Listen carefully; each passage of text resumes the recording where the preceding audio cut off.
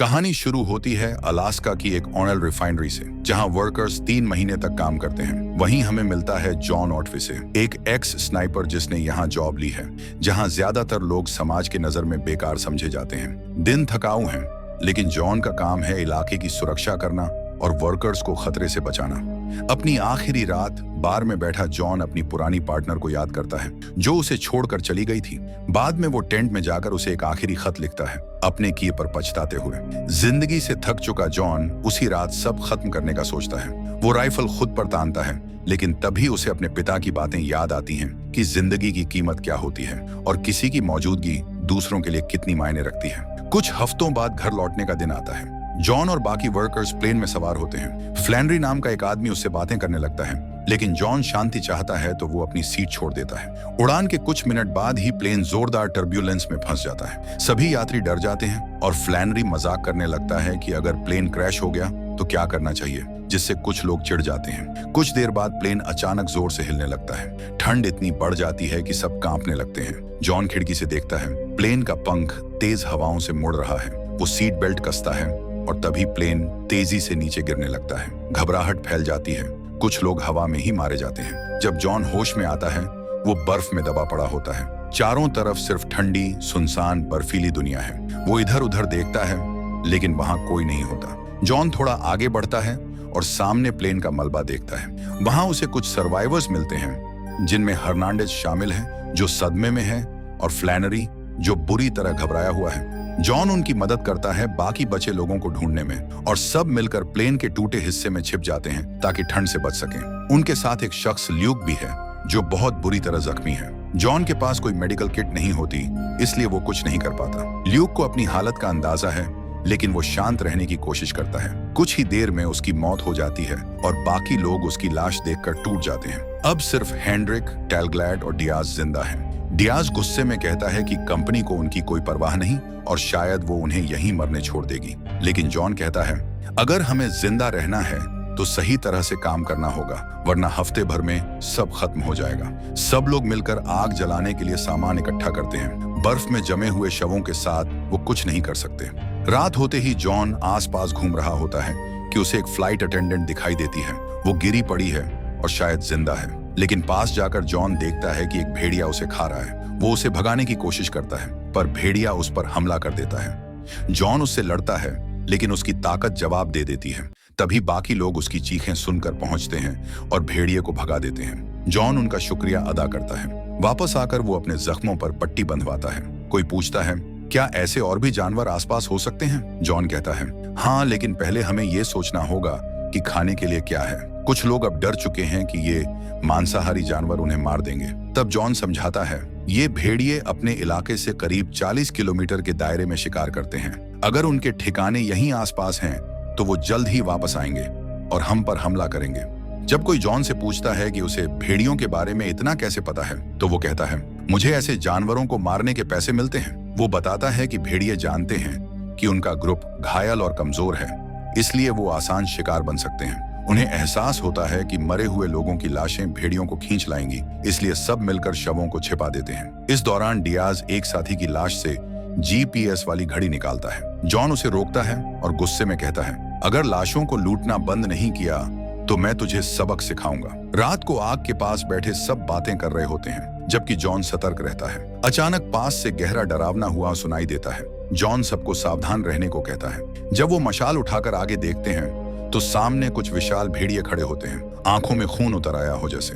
कुछ पल तक आंखें मिलने के बाद भेड़िए पीछे हट जाते हैं, मानो चेतावनी दे रहे हों, ये इलाका हमारा है। रात में जॉन पहरा देता है। फिर बर्कर की बारी आती है, जो डर से सो नहीं पाता। बाद में हर्नांडेज पहरा देने निकलता है और लापरवाही से प्लेन के पास पेशाब करने लगता है। तभी 2 बड़े भेड़िए उस पर टूट पड़ते हैं और उसे मार डालते हैं। सुबह जॉन उठता है और देखता है कि हर्नांडेज गायब है। बाहर जाकर जब वो देखता है, उसका शरीर फटा पड़ा है, बर्फ में जमे पंजों के निशानों के साथ। सब जख्मी साथी का हाल देखकर सदमे में हैं। जॉन सबको शांत करता है और कहता है, जंगल की तरफ चलो, वहां छुपने की जगह मिलेगी। डियाज उसकी बात नहीं मानता, पर जॉन बाकी सबको समझाता है कि वही रास्ता सही है। सब सामान और फ्यूल जुटाकर चल पड़ते हैं। आग जलाना अब जिंदा रहने का एकमात्र तरीका है। जॉन कहता है, सब अपने ID कार्ड ले लें ताकि परिवारों तक पहुंचा सकें। उसकी राइफल टूटी मिलती है, पर वो गोलियां और सारा को लिखा खत बचा लेता है। हेनरिक दुआ करता है और फिर सब आगे बढ़ते हैं। ठंडी हवाओं में चलते हुए फ्लैंडरी सबसे पीछे रह जाता है और भेड़ियों के झुंड का शिकार बनता है। बाकी लोग लौटते हैं मगर देर हो चुकी होती है। जॉन आदेश देता है, आगे बढ़ो। कोहरे में कुछ हरकत दिखती है। सब डरकर तेजी से जंगल की ओर भागते हैं और आग जलाते हैं। पास ही भेड़ियों के झुंड की गूंजती आवाजें सुनाई देती हैं। अब उनका सामना अल्फा और उसकी टोली से होने वाला है। जॉन कुछ डंडे उठाता है और गोलियों का इस्तेमाल कर अस्थायी हथियार तैयार करने लगता है। जॉन सबको सिखाता है कि गोलियों को डंडों के सिरे पर टेप कर दो। जब भेड़िया पास आए तो उसे भौंको ताकि गोली चल जाए। अब सिर्फ 5 लोग बचे हैं और सब उसकी बात मानते हैं। बस डियाज अब भी उल्टा बोलता रहता है। जॉन उसे कहता है, तू डरता है इसलिए ऐसे बर्ताव कर रहा है। डियाज गुस्से में उससे लड़ने उठता है मगर जॉन उसे पटक देता है और वो बर्फ में गिर जाता है। तभी पास के जंगल से एक डरावनी गर्जना गूंजती है।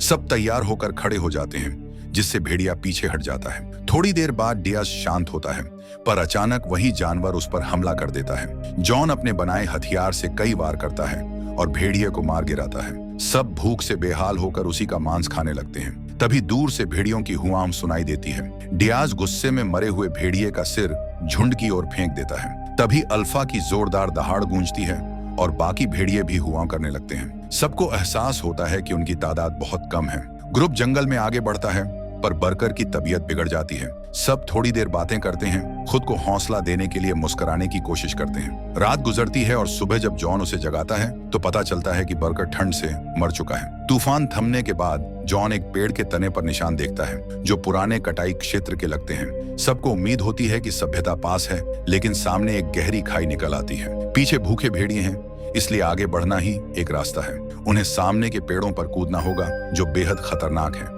ग्रुप रस्सियों और कपड़ों को जोड़कर एक जिपलाइन बनाता है। हेनरिक सबसे पहले जाता है।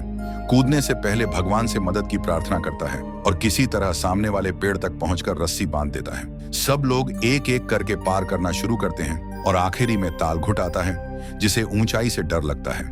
उसका हाथ पहले से घायल होता है जिससे रस्सी पकड़ने में दिक्कत होती है। अचानक रस्सी फंस जाती है और टूट जाती है। तालघुट नीचे गिरता है, पेड़ों की शाखाओं से टकराकर जमीन पर बुरी तरह घायल हो जाता है। मरने से पहले उसे अपनी बेटी याद आती है, लेकिन तभी छोटे भेड़ियों का झुंड उस पर टूट पड़ता है। उसके साथी डर के मारे नीचे उतरने की कोशिश करते हैं, लेकिन भेड़िए उसे खींच कर ले जाते हैं। अब तीनों और ज्यादा डर चुके हैं। उन्हें एहसास हो चुका है कि भेड़िए एक एक कर उन्हें खत्म कर रहे हैं। वे ठंड, भूख और थकान के बावजूद भागते रहते हैं और एक नदी के किनारे पहुंचते हैं। वे तय करते हैं कि नदी के बहाव के साथ चलेंगे।